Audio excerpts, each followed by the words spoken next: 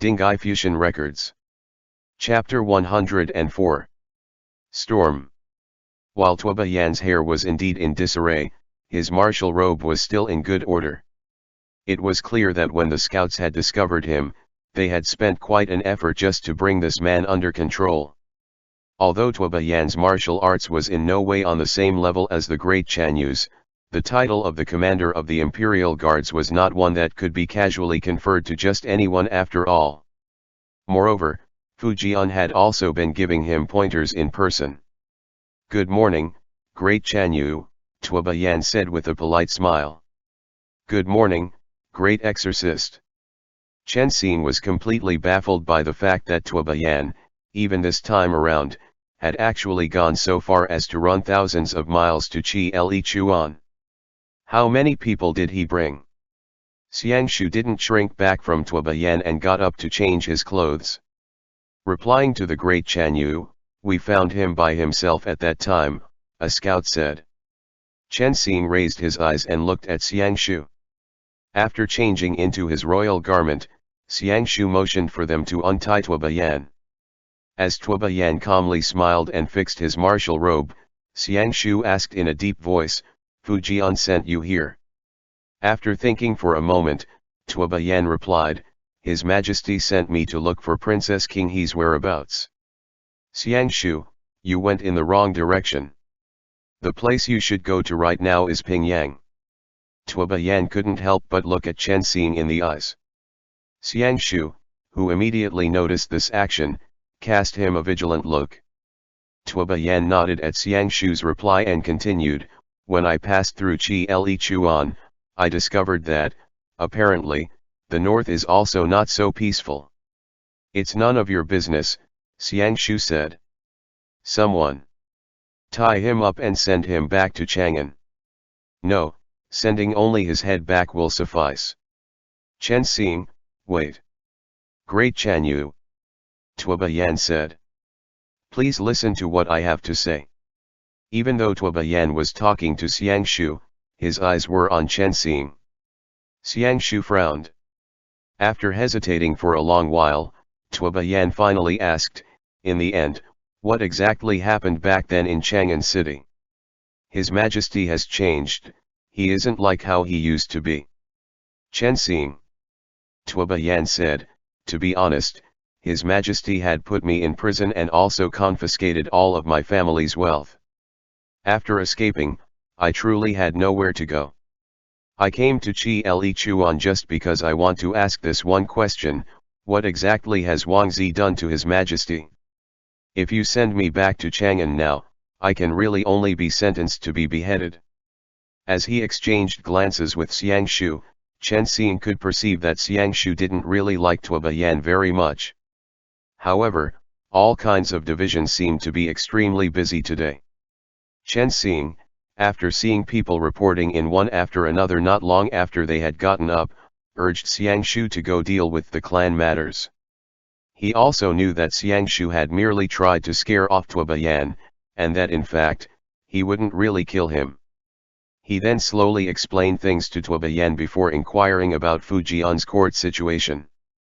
As it turned out, after the drought fiend chaos in Chang'an, the Great Qin's court was thrown into intense turmoil.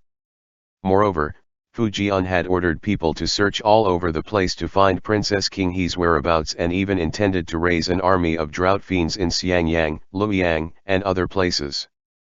Those corpses would then serve as the vanguard of his conquest to attack the southern Jin. While this proposal had been met with opposition from the alarmed Han officials, the Murong family, who had been observing the hustle and bustle from the sidelines, with the Xiongnu and other ministers who had different ideas at their back, added fuel to the fire.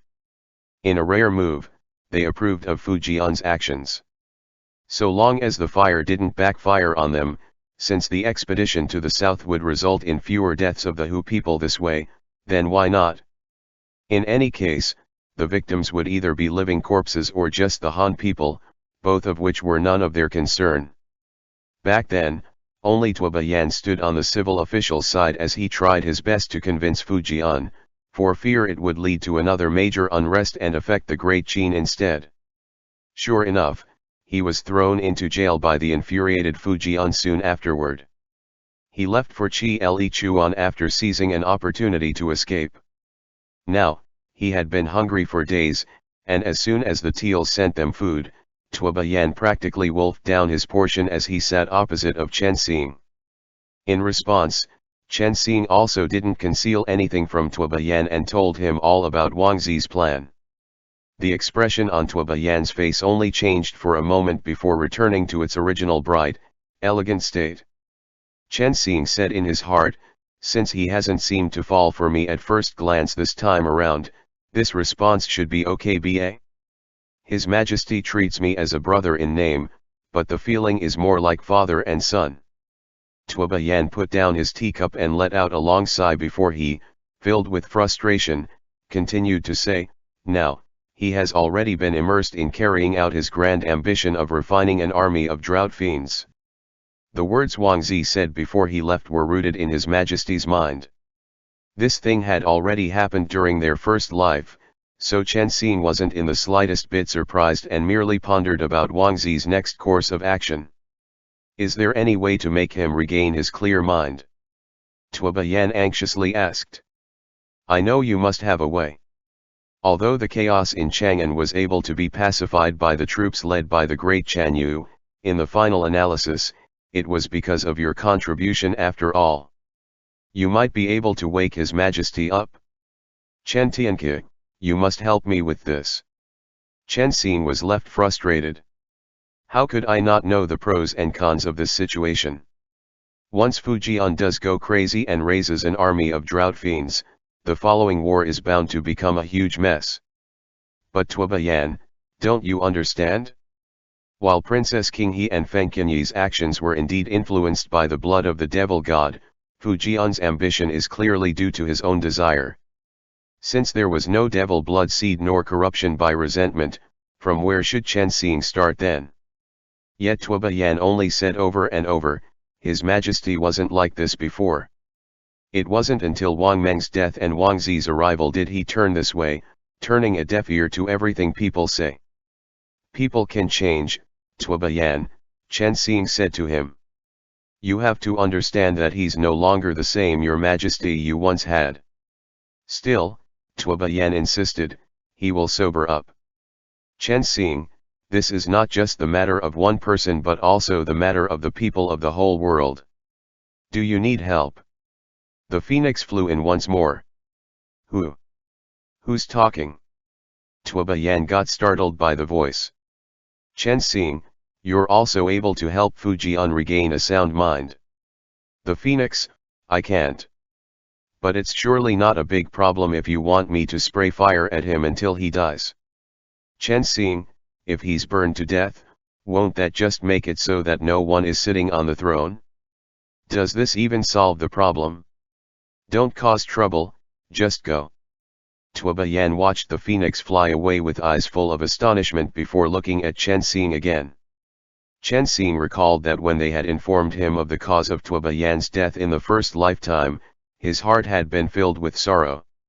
He had known that Tuobayan back then didn't have much time left, but he just didn't expect that it would arrive as soon as it had then. If Tuobayan returned to Fujian alone now, Chen Xing was afraid the same thing would repeat itself. He couldn't let Tuobayan die in vain again. Chen Xing said, I can only promise you that I will try my best. I'm unable to change Fujian's heart, but as long as everything goes according to my plan, there will be no drought fiends for him to use in the end, and the situation you expect will not occur. Tuobayan and Chen Xing just looked at each other for a good while. After thinking for a bit, Chen Xing asked, what are your plans after this? Tuobayan replied, what else do you think? Before I arrived in Chichuan, I had thought about it. In order to avoid watching helplessly as His Majesty embarks on the devil's path, I can only assist you. Chen Xing had wanted to say don't make a fuss, what can you do, but thinking about it again, Tuobayan also had nowhere to go now. As long as Chen Xing opened his mouth, Xiangshu would naturally drive Tuobayan out of Karakoram. He even had the right to banish him to the south of the Great Wall. But Tuoba Yan, all on his own, would have no other choice other than to drift about. Where could he go then? I can help protect you, continued Tuoba Yan. While not comparable to the great Chanyus, my martial arts are still acceptable. It's not a problem for me to go fight against the enemy. The great Chanyu takes care of all kinds of affairs every day, and after returning to Chi Le Chuan, not only does he need to lead the army to fight, he also has to take care of your safety. In case you get into an accident, who will be able to vanquish the drought fiends then? Enough. Chen Xing immediately called him off the moment he saw the development started to go wrong. He thought to himself, with Xiangshu here, I had better turn down this kind offer.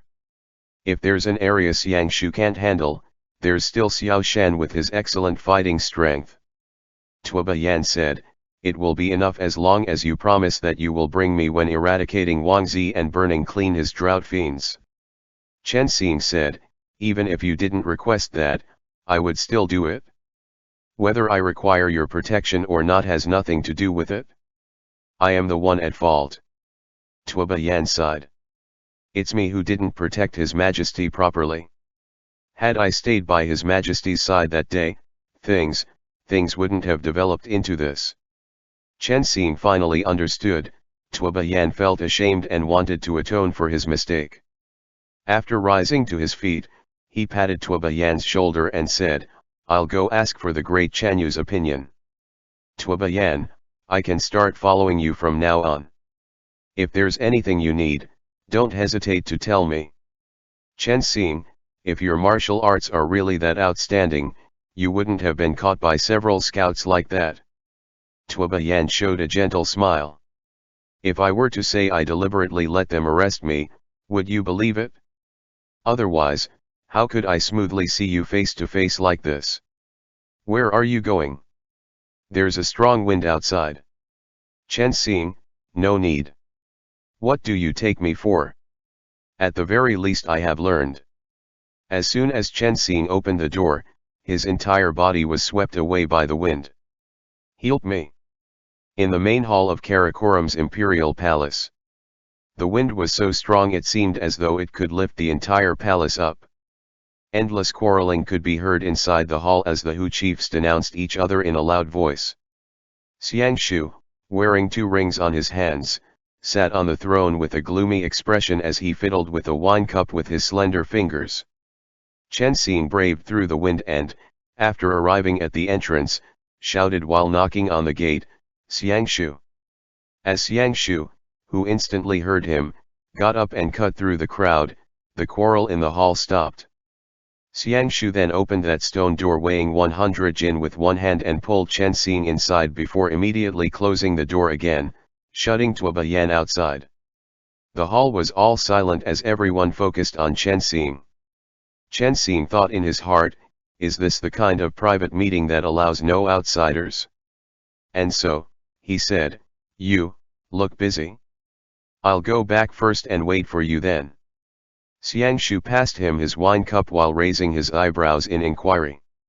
Chen Xing reluctantly drank a bit before saying, Tuoba Yan wishes to stay. Xiangshu replied, I see. The rest of the people inside the hall just silently looked at Chen Xing with gazes that seemed to contain a multitude of feelings. Chen Xing knew that Xiangshu's I see was equal to the emperor's Zhen has reviewed it, which actually meant alright or just do whatever you want, as long as you're happy. If he wanted to say not okay he would say shut up or just look at the other party in the face to make them give up on their own initiative. Chen Xing first looked at Xiangshu before moving to the other people. He then asked in a low voice, what happened? Xiangshu replied, the white dust gale is coming soon, and we're discussing a countermeasure. Sit ba. Xiangshu didn't care about their stares and just let Chen Xing sit on the throne, making them sit side by side. In the Hu People's Assembly etiquette, this kind of move was truly held in extremely high regard. Chen Xing still remembered that when he went to Chi Le Chuan during their previous life, Xiangshu didn't let him participate in any of the meetings. For a good while, everyone just stared at Chen Xing's wine cup holding hand, which also happened to have Xiangshu's signet ring on it. Remembering that, Xiangshu told Chen Xing, "Give the ring back to me for the time being." So Chen Xing took off the signet ring and handed it over to Xiangshu, who put it on thereafter. "Get to work, ba," Xiangshu said. "We don't have much time. Once the white dust gale comes, the snow will just make things worse." After the crowd got up one after another and dispersed, Chen Xing asked, "What's white dust gale?" Xiangshu simply explained that the white dust gale was one of the major disasters that occurred in the land outside of the Great Wall.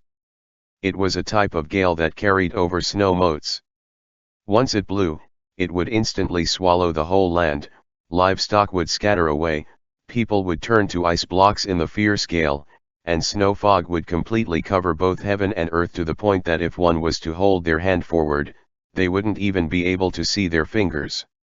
The shape of the clouds, the direction of the wind, the strong wind that blew all night long yesterday, and the dark clouds that densely gathered outside the city of Karakoram were all precisely the first signs of the coming of the white dust gale. Had they been in Chuan, they would naturally be able to avoid this event. But now that they were staying in Karakoram, which was located in a plain, the gale would certainly blow in from all directions. At this moment, Chen Xing finally saw for himself the reason why the Hus had refused to move to Karakoram. While they could manage the storm, there were also enemies around. They just didn't know when the enemy would come right now. The wind outside was so strong that it hindered Chen Xing to the point he couldn't walk steadily. At this, Xiangshu freed one of his hands and proceeded to pull him into a half hug. After leaving the palace, they hurried to the city gate tower, with Chen Xing relying completely on Xiangshu to stabilize his pace, only to see that outside Karakoram, a blizzard had already formed and had turned heaven and earth to a vast expanse of whiteness. "Oh, great Chanyu, this isn't good, yo." Still pulling the dog, the Bei actively sniffed with his nose as it stood with his hind legs to observe the situation outside from the city gate tower. Each time Chen Xing saw this Yaogwai walking his own attack dog, he could only try to just let the scene go and not think about it too much because to him, it really felt like it was a dog walking another dog. "Move aside." Xiangshu picked up the Bei by its nape and threw it to one side before looking into the wind. The Bei added, "It'll be troublesome if the drought fiends come at this time. Don't jinx it." Chen Xing and Xiangshu reprimanded in unison in an annoyed voice. The first time around, an evening where snow fluttered around in the air like this had also happened. Chen Xing felt a bit of a predicament in his heart now, but it was just that he didn't dare to say it out loud. Xiangshu turned around and ordered, "Gather the troops, reinforce our defense." The torches were all extinguished by the gale. Even though it was daytime, there was only gray before their eyes, one that left them unable to even distinguish between the sun and the moon. Amidst the wind, Xiangshu, who suddenly tilted his ear, seemed to have identified a subtle noise. "What did you hear?" Chen Xing nervously asked. Doubt appeared in Xiangshu's face, but he still said, "The sound of something treading on the snow." "Chen Xing, the enemy is coming." "Xiangshu." In the next moment, the first skeleton rushed out from within that seemingly boundless gale and proceeded to pounce on the city wall. Immediately afterward, the rest of the Legion of the Dead appeared with a loud rumble and flooded the area outside Karakoram. Unlike the first time, there was no Ruran cavalry who had been turned into drought fiends, and there were no Yuduo nor old corpses of the Akele people either. This huge sea of skeleton army, borrowing the power of the raging snowstorm that currently hit the city, climbed over the city wall like some kind of tidal wave. As the white dust gale came, snow swirled all around the place together with the wind that carried over sand and gravel. While the sound of Zheng drum could be heard coming from the wind gap, it never got nearer. Chen Xing lit up the heart lamp and aimed it at the skeletons that were bombarding the city. The heart lamp flashed brilliantly, but with the vast expanse of grayness that made it impossible to discern the sky and the sun, it was unable to break their offensive. He then activated the white tiger pennant, only to see that it had absolutely no effect. Watching wolves, tigers, leopards, and even falcons all rush one after another, Xiang Shu shouted, "Heart lamp!" Chen Xing, seeing that he couldn't use the heart lamp to disperse the storm mixed with sands, gravels, and snow, had no alternative but to press both of his hands together and pour the heart lamp's power onto Xiang Shu's back. Moving to one side, Xiang Shu instantly turned into the personification of the martial god. Golden light erupted, and with a big boom, he flew out of the city wall. After Xiang Shu disappeared with a flash, long trumpetings of elephants came through from under the city wall, which was quickly followed by two giant elephants crashing into it in an earth-shaking manner. Chen Xing lost his balance and was about to shout, "I'm gonna fall," when a hand suddenly reached out from behind, grabbing him. "Run!" Che Lufeng shouted. "We won't be able to hold this." Still in shock, Chen Xing and Che Lufeng just looked at each other. They were both stunned for a while. Chen Xing then said, "Thanks." Xiang Shu flew back and shouted, "Shi Moken! Pass my order. Order everyone to withdraw to the palace. Abandon the wall." Surrounded by the fierce gale, the inside of Karakoram turned into a scene of full chaos. The skeletons poured into the city continuously from both the eastern and northern sides. The warriors hadn't had the time to figure out what happened yet when they were ordered to swarm out to protect the old, the weak, the women, and the children. Xiang Shu had made a decisive and wise order for everyone to retreat to the palace, otherwise, all four city walls basically wouldn't be able to hold on. Che Lufeng, dragging Chen Xing along, ran down the city wall with the bay and the dog following behind. Seeing the dog was so excited that it couldn't sit still and just ran all over the place to get a bone to hold with its mouth, Chen Xing hurriedly shouted, "Xiang Shu! This side! Come here!" The very next moment, Xiang Shu appeared from within the storm, his whole body covered in fine snow as he yelled, "What? Chen Xing, I was calling the dog. Go cover everyone's retreat, I didn't call you." Xiang Shu snarled angrily, "Guowang is going to beat you to death." Che Lufeng, Tuoba Yan, wielding a halberd, also rushed out and shouted, "Come with me." Chen Xing followed Tuoba Yan while Che Lufeng drew his bow to provide cover for Xiang Shu from behind. At last, the whole group managed to withdraw to the palace.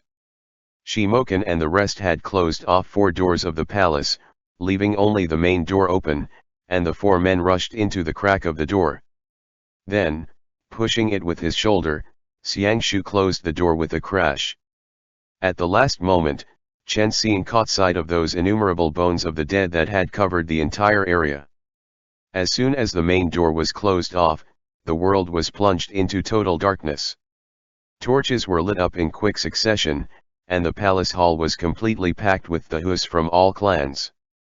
Xiang Shu calmed himself down. How many of them? Nobody gave him a reply. That army of skeletons was not of the human race, its number couldn't be estimated at all. It was them. Shi Moken was gasping for breath. It was them who chased us all the way here. Chen Xing lit up his heart lamp and looked at the Hus around them.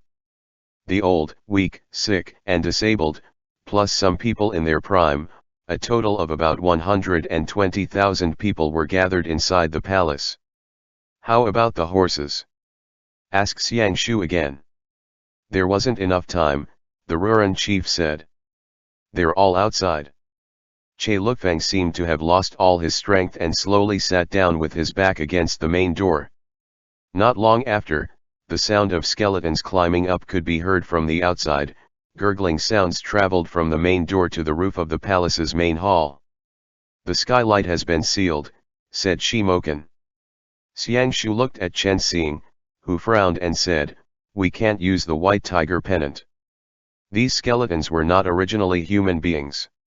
Xiang Shu knitted his brows. "Think of another way." "What is that rattle drum?" "A magical artifact," Chen Xing answered, "which should be in Zhou Zhen's hands. He must have been hiding behind the army right now." "Right now," Sounds of stones falling to bits came through from the outside. The skeletons had now begun to tear open the palace. "Do you need help?" a refined and courteous voice said. The Hus all around cried out in surprise and backed away in horror. The phoenix flew in and perched on the head of the stone dragon that the Xiongnu king had placed inside the palace hundreds of years ago. The phoenix, whose whole body was glimmering, illuminated the dark palace. One by one, the people made way for it. They looked at it, full of confusion, before turning to look at Chen Xing. Chen Xing took a deep breath. It would seem that this time, there was no other way. Just as he was about to open his mouth to say his third wish to the phoenix, Xiangshu pressed Chen Xing's shoulder and coldly said, "No need." "Chen Xing," Xiangshu ordered, "Shimoken, prepare my armor. Divide the soldiers into 2 lines. You go out through the back door and attract their attention. Che Lufeng, follow me out, we're going to look for Zhou Zhen's whereabouts." Shimoken exclaimed, "Great Chanyu. It's too dangerous out there." Xiangshu, however, just turned a deaf ear to it and asked Chen Xing, "Verify it one more time. All of our magical artifacts are incapable of destroying this pile of bones." Chen Xing frowned deeply as he thought in his mind, should I just ask the phoenix to go fight and be done with it? But if it's like that, then undoubtedly. What should I do, Annie? The yin-yang mirrors have been shattered, and both the White Tiger Pennant and Zuya Pennant are only effective for those drought fiends who had once been humans before. Feng Qianjun and Xiao Shan aren't here. Confronting an army with tremendous power like this, if we had Kangshan Yuli or similar magical artifacts. Can you establish a defensive wall like that of Wangzi's here? Xiangshu asked. As long as you can ward them off for Guwang for a moment and wait until I catch Zhou Zhen. Chen Xing said, right now, I only have the White Tiger Pennant and Zuya Pennant in my hands.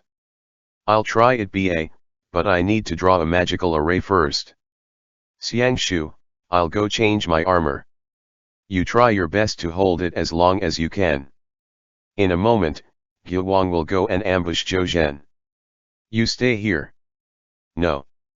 Chen Xing knitted his brows. I have to go with you. No room for negotiation. Xiangshu said in a deep voice. The enemies are not drought fiends, so using the heart lamp won't have any effect. But after you snatch the Zheng drum, can you even use it? Chen Xing took a step forward, the center of his brows was full of worries. Xiangshu, I'll bring it back for you. Chen Xing said. Wangzi used resentment. I said, no room for negotiation. Xiangshu angrily roared. Can't you hear me? You wait for me here. You're not allowed to take a step out of the palace. As soon as Xiangshu roared, his imposing ruler's aura came out, causing everyone in the palace to tremble with fear. Chen Xing had already gotten used to the Xiangshu who was different from his former self. Everything had been so easy to discuss that he actually had gradually forgotten that Xiangshu was full of authority. He meant every word he said, and there was no room for questions. Chen Xing saw that none of the people of Qi Li Chuan dared to contradict him, and it was clear that they all held a great amount of respect for him. Once he had made a decision, nobody would dare to say otherwise, let alone in front of so many people. With an obviously angry look on his face, Xiangshu stretched out a finger and pointed down to the ground, a gesture that clearly meant stay here, before turning around to leave. Chen Xing stood for a moment while thinking in his heart, this guy's temper can't change at all. He then said, someone, help me fetch the cinnabar from the medical hall. Xiangshu, crowded around by the warriors, hurriedly left to change into his armor. Chen Xing remembered that for the defensive wall magical array, the preparation was to draw the array on the ground. However, this imperial palace was filled with resentment all around, which actually isolated the spiritual chi of heaven and earth's power as it covered the palace like a barrier. But suddenly, Chen Xing remembered something. He immediately turned around and ran toward the palace's back corridor. End chapter.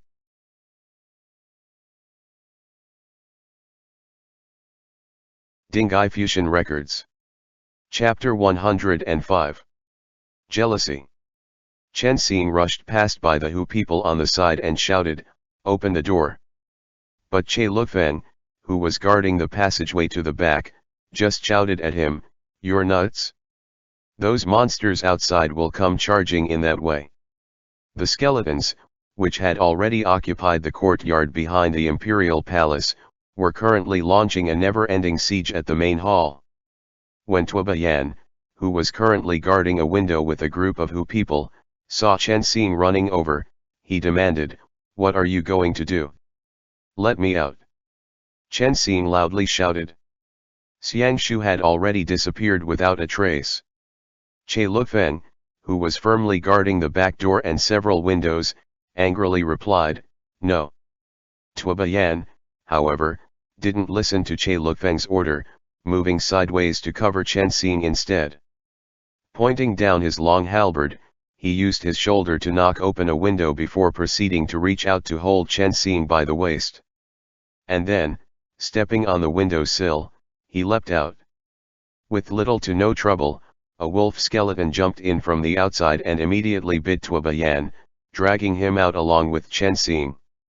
Soon afterward, a Ruran warrior who was right behind him failed to dodge and was also bitten. He was dragged out of the palace as he screamed. His complexion changing, Che Lufeng immediately roared, "Seal the window. Just seal it."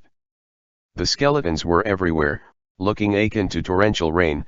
Those bones of crows, geese, and eagles in the sky pounced down incessantly one after another, their jagged edges leaving bloody scratch marks on Tuoba Yan's neck and body. Tuoba Yan readied his halberd and rushed all the way out, bringing Chen Xing with him. "What are you looking for?"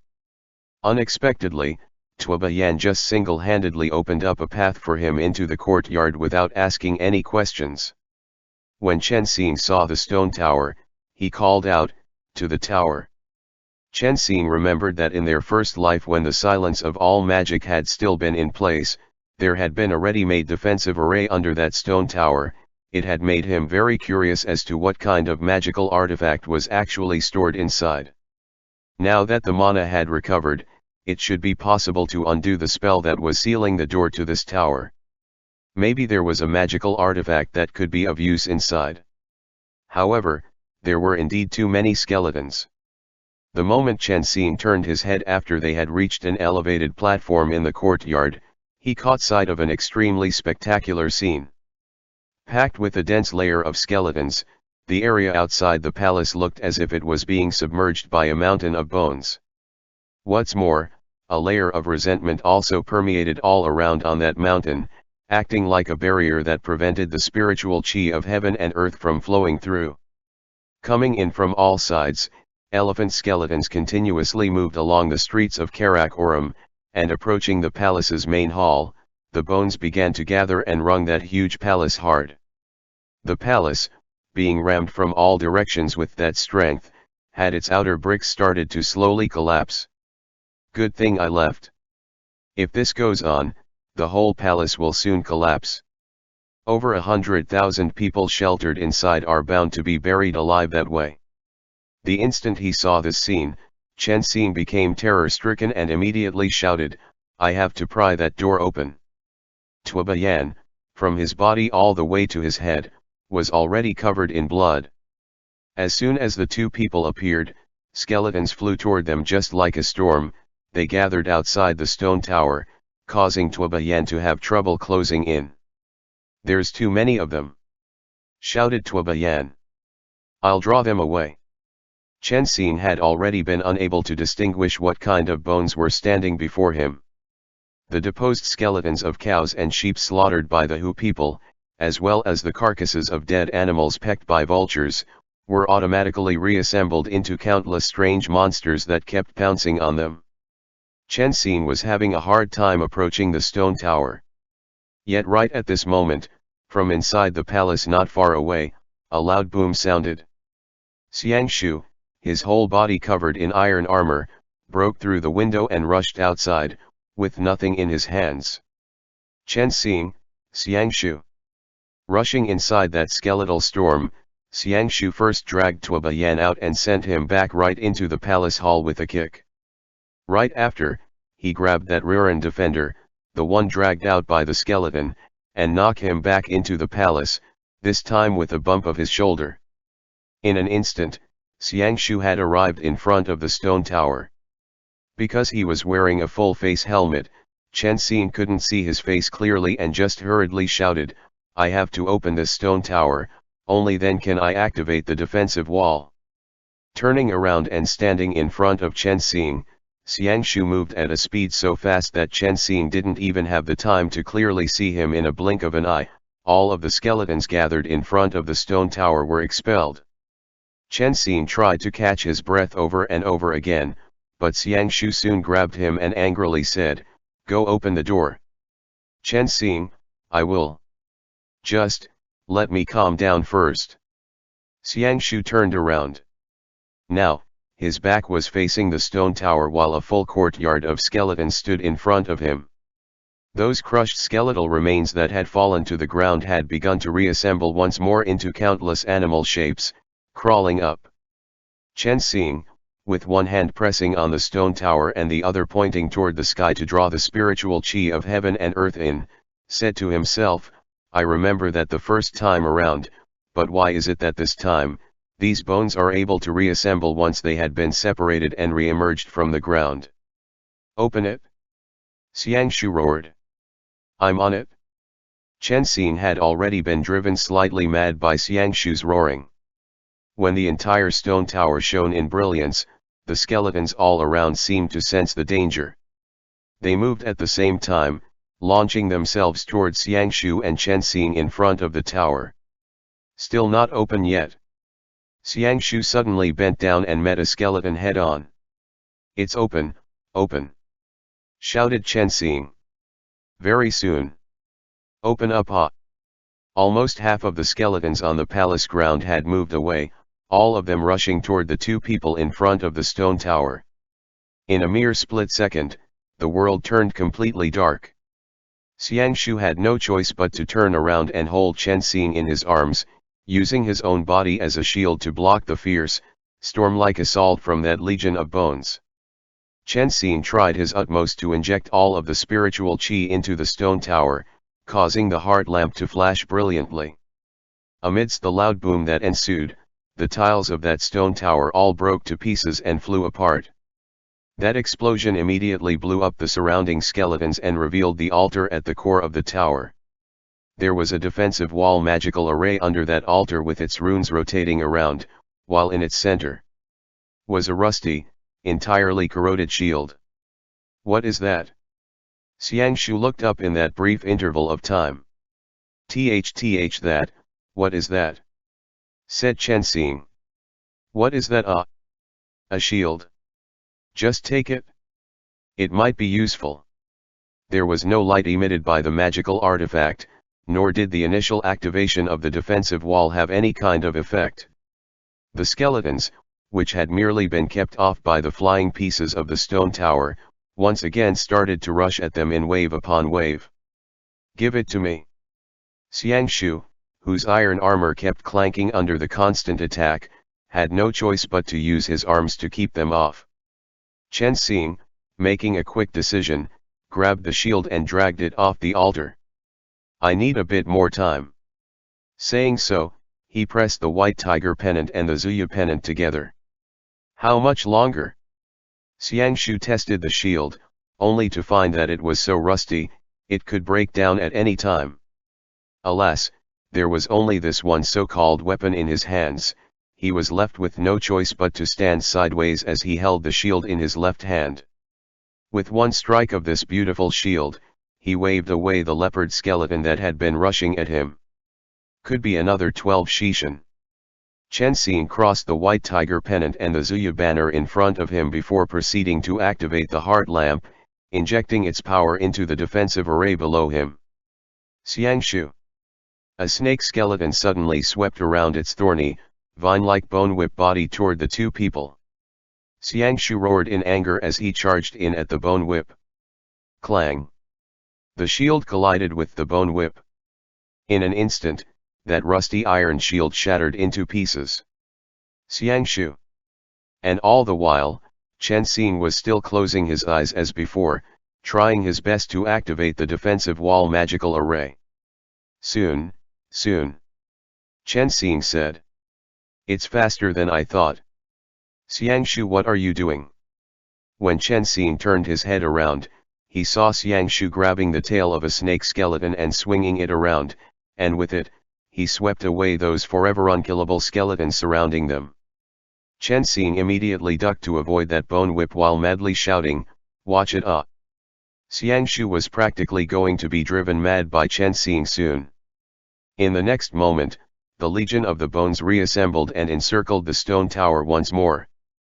But suddenly, all of them stopped moving. Xiangshu, who knew that this was a sign of an incoming bigger assault, immediately turned around and hugged Chen Xing from behind. But just as they were about to roll on the ground, Chen Xing finished lighting up the final rune of the circle surrounding the altar. Heart lamp! Xiangshu yelled. At that moment, everything went dark. But as those innumerable skeletons rushed forward, a brilliant light flashed from the altar. Xiangshu, bathed in a powerful light, blocked off the first wave of the assault. A white beam of light burst out from the altar and went straight to the heaven vein, and following that, a shock wave spread out in all four directions. That shock wave flitted past Xiangshu and Chen Xing's bodies and formed a dome of light as it kept expanding across the area, and any skeletons touched by it were immediately eradicated, as if they were blown away into some faraway place by a hurricane. Layers upon layers of dead bones covering the palace, just like a huge blanket on top of it, were swept away toward the gloomy sky before they finally scattered under the fierce wind. With the imperial palace as its center, that dome of light swept across the entire Karakoram, not at all stopping its expansion until it finally settled itself quietly in front of the surrounding city walls. And the skeletons that were piled up all around Karakoram, appearing like an ocean tide, simultaneously retreated to the north. Chen Xing, his head covered in blood, wearily took some breaths as he looked into the distance in disbelief. It's safe now. This defensive wall must have been set up by a great exorcist, Chen Xing said happily while entering the palace. It's very powerful, simply too powerful. If the task to deploy it was left up to me, I could only protect the palace at most. Xiangshu just threw his helmet to the ground with a dang. The first thing he did once they returned to the palace was to grab Che Lufeng. You actually let him go out like that? Xiangshu snarled. Che Lufeng was also very aggravated. I couldn't stop them. That bastard surnamed Tuoba took him out. Xiangshu pushed Che Lufeng aside. His armor already had dents in many places. With his hair loose, he clenched his fist as he stood in the middle of the hall to take a deep breath. Shimoken had already led his subordinates to reopen the four doors of the palace, and the people could see that they were all safe. However, none dared to go too far yet and merely gathered all around the palace. From head to the body, Tuoba Yan was covered in blood he received from the bone demonic Yao that had dragged him out before. He was currently leaning on his halberd, his back against the palace door as he caught his breath. Chen Xing went over and said to Xiangshu, "Give me your shield for now. Let me take a look, maybe." However, Xiangshu didn't reply and just roughly blocked Chen Xing to one side, preventing him from coming closer. Chen Xing. The inside of the hall was silent to the point where one would even be able to hear the sound of a needle had someone dropped it. Don't be angry, Chen Xing said. Xiangshu, next time. I think you might as well change your protector, said Xiangshu in a cold tone. Just let that guy follow you ba. Chen Xing. Chen Xing just foolishly stood still. Sensing that Xiangshu was angry, he hurriedly chased after him. I was wrong. I was wrong. Xiangshu. I'm sorry. You told me not to go anywhere, but at that moment I couldn't think about anything else except that stone tower. Yet Xiangshu, still ignoring Chen Xing, just walked out of the palace and commanded, Shimoken, transfer 2,000 men to me. Load all of the remaining fire oil in jars and set out with the army. Che Lufeng, follow me into the battle. Che Lufeng had been watching the two people quarrel, but as soon as his name was called, he became vigilant and asked, where to? Xiangshu, Barkal Lake, to catch Zhou Zhen. Che Lufeng looked around before saying, isn't this already? Are you going or not? Xiangshu's voice carried a threat. Afraid of Xiangshu taking his anger out on him, Che Lufeng, without any better options, could only go back to change his armor. In an instant, some manpower began to gather in front of the palace of Karakoram. Chen Xin knew that Xiangshu was most likely eating vinegar.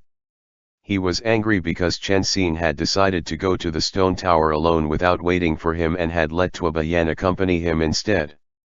When the troops had begun assembling, Chen Xin trotted out. Xiangshu only whispered a few orders to Shimoken before looking at Chen Xin from afar. Chen Xin was about to get on a horse when he realized he didn't have his own horse, so he said to Tuoba Yan, help me get a horse. Within that interval of time, Xiangshu and Che Lufeng had already left Karakoram without even looking back. The great Chanyu said you must not leave this place. Shimoken said. Stay in the city and guard the magical formation you cast. Chen Xin, there won't be any problems as long as you keep an eye on the stone tower. Once the defensive wall had been laid out, it would be able to draw energy from the spiritual chi of heaven and earth and protect people for years. Previously, inside the yin-yang mirror, Zhonglu had used the Akala blade to set up an array that stood unbroken for 300 years, and Wang Zi had to try every means possible to get inside. Destroying it would also require a certain amount of magic power, and so Chen Xin actually wasn't worried about it. He set up a protective spell to protect the defensive wall and told Shimoken to have people guard the area surrounding the stone tower day and night so that no spies would be able to get near it. In fact, even if spies were to come, mortals wouldn't be able to crack this magical array, but Chen Xin still added a layer of defense in the end. Your Majesty the Yao King, Chen Xin said to the Phoenix, if anything were to happen to Karakoram, I might seek you out. The Phoenix. Chen Xin just looked at the Phoenix, full of sincerity. The Phoenix coldly threw a question at him, aren't you going to the Barkal Lake? Chen Xin thought for a moment before replying, suppose that Karakoram faced any danger. I think at that time you would probably come over flying to ask me do you need help, and I would definitely say yes. Correct. The Phoenix. Chongming's third wish actually was being used in such a way.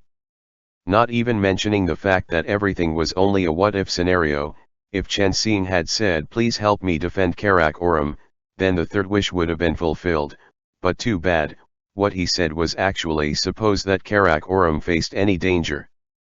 That is, if there was no accident, there would be no need for this wish, and if there was indeed an accident, the Phoenix would have to fly over to say do you need help? To Chen Xin. If he said yes then, Chongming would need to hurry back again to help defend the city. The Phoenix was basically angered to death. But still, finally catching a glimpse of hope, he had no better option but to not argue with Chen Xin and flew to the roof of the palace. With the delay it took for Tuoba Yan to get a horse, Xiangshu and Che Lufeng had already vanished without a trace. Chen Xin climbed over the city wall. While the white dust gale had gradually calmed down, the world was still bathed in pure white, their field of vision was no higher than 30 steps away. Where did this guy go? Chen Xin activated the heart lamp. Xiangshu certainly had felt it, but refused to acknowledge him. Tuoba Yan asked, why is the great Chanyu angry? Chen Xin was exasperated as he thought in his heart, he has more or less forgotten all kinds of things, big or small, that happened in the past. But how could Xiangshu still remember his hostility toward Tuoba Yan? That kind of hostility seemed to be rooted deep. From the moment he saw Tuoba Yan, Xiangshu never gave him even a little bit of a good face, as if he was subconsciously treating Tuoba Yan as a rival. Chen Xing originally thought that it was all his own fault back then, that he shouldn't have gone out until Xiangshu came back. But the situation had been dire back then, and on another thought, what if the person by his side was Feng Qianjun or Xiao Shan? Xiangshu definitely wouldn't be this explosive. In the final analysis, this was precisely because it was Tuobayan.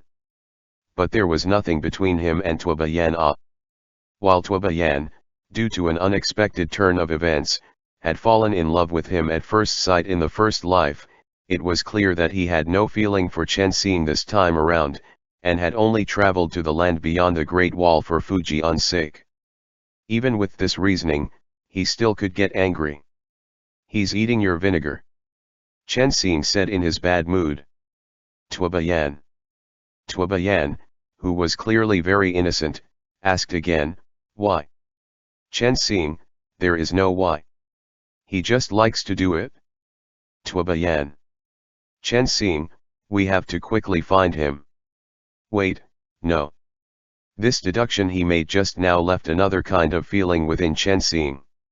So, Xiangshu already likes me right now, ma. Otherwise, why doesn't he target other people, but focus only on Tuobayan? The phoenix flew in and, perching on one side of the tower, he said, "Do you need help?" "No need, thank you," Chen Xing said, bold and confident. Tuobayan. "I'll go find him," Tuobayan said. "I don't know why he's eating vinegar, but I have to explain it clearly to him." "Wait," Chen Xing hurriedly said. But Tuobayan had already gone down the city tower, mounting his horse and getting ready to leave the city. Chen Xing, who originally planned to leave the city, went down quickly, only to see King Akele coming, bringing with him 2 horses. "Chen Xing, King Akele, you can't go out now." "King Akele, my wife and my people." The storm had gradually subsided. King Akele obviously knew what had transpired and continued, "You aren't familiar with the road. Follow me." Chen Xing felt moved. King Akele was obviously very familiar with the road in the north. Back then, it was also him who had brought Chen Xing to Karakoram the first time. "But you must promise me," Chen Xing said, "that no matter what happens, you won't do anything without permission." "Wu," King Akele replied. Chen Xing, "Swear in the name of the dragon god of the Xiongnu people." King Akele replied, "I promise you." Riding out of the city, the 2 people thus caught up with Tuobayan. The Legion of the Bones outside the city, looking as if they had received an order from a faraway place, gradually withdrew within the dense fog that was currently covering the northern plains. Halting his horse inside that fog, Tuobayan looked at the chaotic footprints on the snow to identify the direction Xiangshu and Che Lufeng had gone. To the north. King Akele approached him and said, "Go to Barkal Lake." "Not this way." Chen Xing, on his horse, followed after King Akele together with Tuobayan into a forest. But King Akele said, "It's a shortcut, listen to me." Seeing King Akele dismounting and advancing through the forest, Chen Xing and Tuobayan had no choice but to follow, walking on foot as they pulled their horses along. Tuobayan asked Chen Xing, "What's a protector?" Chen Xing. Tuobayan, pulling his horse, carefully walked behind Chen Xing. "Can I not answer this?" Chen Xing was slightly frustrated. Tuobayan said, "The great Chanyu is your guardian, and you are already promised to each other for a lifetime. Am I right?" Tuobayan's way of thinking seemed to be completely different from other people. He was simple, straightforward, and would say whatever was on his mind. It was just like how he had had no qualms whatsoever and directly confessed his feelings to Chen Xing the first time he had gotten to know him before, and even went as far as to look for Princess Qinghe and Fujian to act as a matchmaker for him after he had been rejected. Chen Xing sometimes felt that there was truly nothing he could do about Tuobayan. "Yes," Chen Xing thus said. "It's indeed something slightly resembling an oath or an agreement." Tuobayan asked, "When did you and the great Chanyu agree on this promise?" Chen Xing replied, don't ask about it. He was a little angry seeing me go out by myself. It's my fault, it doesn't have anything to do with you. When Tuoba Yan didn't give him a reply, Chen Xing turned his head and took a quick look at him. Tuoba Yan was also very good looking, he was handsome, full of outstanding aura, and also had a kind of unique and simple temperament that young martial artists have. Suddenly, Tuoba Yan said, I dreamt about you. Ah, finally comes the trouble. Chen Xing had always felt sorry for Tuoba Yan because the first time around. Not only did he reject him, he had also failed to save him, even at the moment when Tuoba Yan had died, he also wasn't there by his side. If this was described as if it was a matter of a previous life, then in this life, Chen Xing truly didn't want to provoke Tuoba Yan in any way. You should only have a slightly deep impression of me. Chen Xing denied it right away. When did you see me in your dream? Tuoba Yan said, just before you came to Chang'an. Chen Xing dismissed it in a firm manner, how could that be? You must have remembered it wrong. Tuoba Yan, I dreamt that you were sitting in front of me in the government-owned book pavilion in Chang'an, teaching me how to read. At that time, you were laughing the entire time. The corners of Chen Xing's mouth twitched. Well, I am always unsmiling, so that person in your dream is certainly not me. Tuoba Yan just continued, when you stopped me on the street that day, I merely saw your face in a passing and failed to recognize you. But the more I thought about it later, the more I felt it was odd. When I saw you again the next day, I discovered that you were indeed the person in my dream. For some reason, I always feel that you are a reliable person, and after the drought fiend chaos, it was as if there was a voice, sounding like my own, that told me that not only had we known each other in our previous life, our relationship had also not been shallow. Letting myself come up north to find you, I'm sure that not only you can help me, you are also willing to help me. Chen Xing said in his heart, no way ba. What now? Are we doing this all again? Chen Xing had originally been in a terrible mood, and it had only been lifted just now. He pretended not to hear the sentence we had known each other in our previous life and said to Tuoba Yan, if you want help, you need to find the great Chan Yu. Didn't you see that I've just been scolded by him? Though it's not your fault. This was indeed just messing around, but Tuoba Yan just nodded and said, I'm sorry. I'll surely explain it clearly to him, I don't want to cause trouble and make you both quarrel because of me. What I said before, those words about how I want to protect you were just me being too presumptuous. You are. Chen Xing had wanted to tell him that phrases like I'll protect you were of course very, very presumptuous, okay. But then again, he basically couldn't use normal means to communicate with people like Tuoba Yan. I'm going to speak out of turn once more, do you like the great Chan Yu? Tuoba Yan asked. Chen Xing thought in his heart, you really do have a loud mouth. Of course, I like him, answered Chen Xing. So, you also can see it? Tuoba Yan pulled his horse as he said, do you need help? After explaining it to him, I can tell him. Don't ask me that question again. Chen Xing shouted. You remind me of that bird. Who are you talking about? The phoenix flew in and said to Chen Xing. King Akele. Chen Xing. Chen Xing immediately explained to King Akele, who apparently found the situation not that strange. His son had already turned into a drought fiend, so what was there to make a fuss about seeing a talking bird? Tuoba Yan, however, exclaimed, it's you again. Chen Xing, I don't need help, thank you. Yi. Aren't you supposed to be in Karakoram at this time? The phoenix replied, it doesn't matter. Even if something were to happen to Karakoram now, Gyuwang would just let the said accident kill half of the people before going back to help. Even then, the wish would still also be considered fulfilled. Chen Xing talked back, but, in case an innocent civilian died. If I felt remorseful by this smashing a cracked jar act and simply refused to ask for help, what would you do then? Moreover, a blow that big would certainly make Xiangshu hate me to death, and if I lost Xiangshu, there would be no guarantee that I wouldn't suddenly go insane.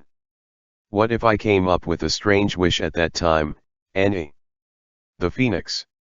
Tuobayan, don't be like that. Even a bird also wishes to be able to help you. Just accept its good intention, ba. The phoenix merely flew away again. Chen Xing simply didn't want to talk to Tuobayan, but with Tuobayan smiling all the time with a sunny face that was practically sparkling, Chen Xing was unable to tell him off either. Or perhaps, I could pretend to ask for your hand in marriage. Tuobayan offered. During the autumn clothes festival, if you are invited to go sledding. Not in a million years. Chen Xing finally exploded when he heard the sentence, thinking in his heart, I really should not have agreed on sheltering Tuobayan to begin with. While this move might work on other people, if that person was Xiangshu, he might just run away once he got stimulated. Don't cause me trouble, Chen Xing said, I won't let the matter drop otherwise. Okay ba. Tuobayan was a little frustrated. I don't know why, but I always want to take care of you. At this, Chen Xing just held his forehead with one hand, he had absolutely no idea how to answer Tuobayan's words. Fortunately, at this time, King Akele took him out of his predicament. I also dreamt about you, King Akele said, in the imperial palace of Karakoram. Chen Xing thus replied, then it's indeed thanks to our previous lives that the two of us are fated to meet now. Tuobayan said, but you just told me I must have remembered it wrong. Chen Xing, yes I did, is there a problem? Tuobayan, no. King Akele added, maybe our meeting was not without reason. This kind of familiarity. Chen Xing smiled and patted King Akele's arm. When they arrived at the edge of the forest, however, King Akele suddenly came to a full stop and gripped Chen Xing's hand vigorously. He looked down and fixed his gaze on Chen Xing's eyes. Chen Xing. Chen Xing, who suddenly felt some kind of ominous premonition in his heart, hurriedly said, King Akele, I think even though you have some words to say at this age, don't just charge ahead without considering everything. Hey, Tuobayan said. Let him go, what do you want to do? King Akele, turning a deaf ear to Tuobayan, clasped Chen Xing's hand while saying, our Xiongnu people have a legend that says if people's tangled fate remained unfulfilled in one's lifetime, they will surely be destined to meet again in their next life. Tell me, do you also think I am experiencing things I have experienced before? Terrified, Chen Xing immediately changed his tune, no. I don't know you. Are you Yuduo? King Akele conscientiously asked. You are the reincarnation of my son. I am not. Chen Xing was driven mad. Both of you, can you all stop letting your imaginations run wild all day long? However, King Akele still said, I always feel that you are my son, I cannot be mistaken about this. His soul is living inside your body while his physical body wanders in the wilderness right now. Chen Xing, how is that even possible? You tell me, when did Yuduo die? I am almost 20. Wait, no, right now I'm just approaching 17. For me to be a reincarnation, the timing isn't even correct. Watch out! Tuobayan suddenly exclaimed. A loud noise akin to a surging thunder burst out at that moment. Countless dark figures rushed into the forest, followed by thunder and lightning striking trees in the forest and setting them ablaze. Drought fiends! Tuobayan brandished his halberd as he shouted. Chen Xing! Come with me!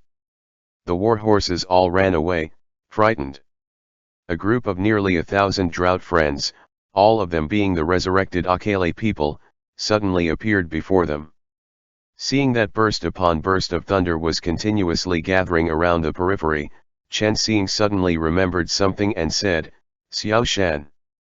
Xiao Shan! Stop striking. On the shore of Barkal Lake in the distance. The loud thunderous sound alarmed Xiang Shu and Che Lufeng, causing both of them to look toward the other side of the lake. Xiang Shu turned his horse around and immediately ran toward that side covered by lightning. Xiao Shan, wearing a long scarf around his neck, stood on a high place with his claw aimed at the sky, attracting a chaotic mess of thunder and lightning all together. On the side, Sima Wei charged into the forest by the side of Barkal Lake. Leading a group of Akele warriors on foot, he launched an assault at the drought fiends that rushed out of the forest. Stop! Stop! Escaping out of the forest together with King Akele, Chen Xing, who was protected by Tuoba Yan, met Sima Wei head-on. Luckily, Sima Wei put away his weapon in time after nearly managing to chop Chen Xing to the ground. Chen Xing was so angry he slapped Sima Wei's helmet while shouting, "It's me! Ayo, it hurts!" Xiao Shan was surprised to see Chen Xing here. He put away Kangxin Yuli and rushed down, shouting, "Chen Xing! Chen Xing!" Chen Xing turned his head and asked, "What are you guys doing? And where did these drought fiends come from?" There were nearly 1,000 Akele defenders on the other side. As soon as they saw their clan chief had returned, they continuously blew the bugle horn and began to retreat. "Xiao Shan, we're chasing the drought fiends. They are all hiding inside the forest." Chen Xing looked back, thinking that this group of drought fiends was clearly hiding inside the forest, laying an ambush. He then looked into the distance and saw a woman dismounting and, running toward King Akele in big strides. She tightly hugged him. It was the consort. Unexpectedly, the consort personally supervised the battle on the lakeside while supporting her big belly. As the Akele warriors began to gather one after another, the consort said to Xiao Shan, "What's next? Don't let them escape." "Chen Xing, the one laying an ambush, is it Yuduo?" Chen Xing immediately understood the situation. Yuduo, who was no match for Zhou Zhen even after exerting all his power, returned and set up an ambush by the Barkal Lake. By sheer coincidence, the Akele consort discovered the whereabouts of her dead son at that moment. Sure enough, the facts matched with his conjecture. After King Akele learned that Yuduo had been hiding in this place, he immediately ordered for the whole forest to be surrounded. Chen Xing went to Xiao Shan's side and said, "Don't kill Yuduo. Sima Wei, you're in charge of bringing him over. I'll make sure to expel the devil god's blood from his body." Thus, everyone regrouped once more. Xiao Shan stood in front of Chen Xing, covering him. Chen Xing thought in his heart, it would be good if Xiang Shu was here right now. Against a group of drought fiends, Xiang Shu is simply their bane of existence. Xiao Shan said, "I'd better start a fire to force them out." Chen Xing asked, "Weren't you supposed to escort the consort as they withdrew to Karakoram?" "They don't want to go." Xiao Shan said. "There's nothing I can do about it." "Let's start." Chen Xing said. King Akele had already set up the battle formation. Xiao Shan, taking a deep breath, gathered up thunder in the horizon. Chen Xing hadn't been able to see it clearly that time in Chang'an, but now, seeing Xiao Shan trigger Kangxin Yuli, he could see the vicissitudes of the world under its influence with rolls of thunder and flashes of lightning. He was practically launching the fury of the dragon god of creation. At that moment, both heaven and earth were all covered in roaring thunder resembling that of mad, huge lightning dragons. The electric arcs forming all around converged toward the middle, and wherever that lightning dragon passed, the trees in the area would immediately be set ablaze. That group of drought fiends, in a manner similar to someone smashing a beehive, was expelled. King Akele ordered for the clan's warriors to launch an attack. Chen Xing said to Sima Wei, "Keep a good eye on their leader and bring him back." More and more drought fiends came out, scattering toward the snow plains on the southeast.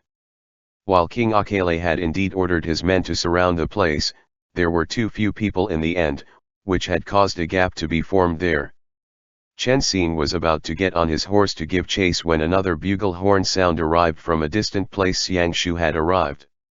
Xiangshu, leading Che Lufeng and 2,000 tile cavalry, thus joined the battlefield. Xiangshu. Chen Xing galloped his horse and shouted from a distance.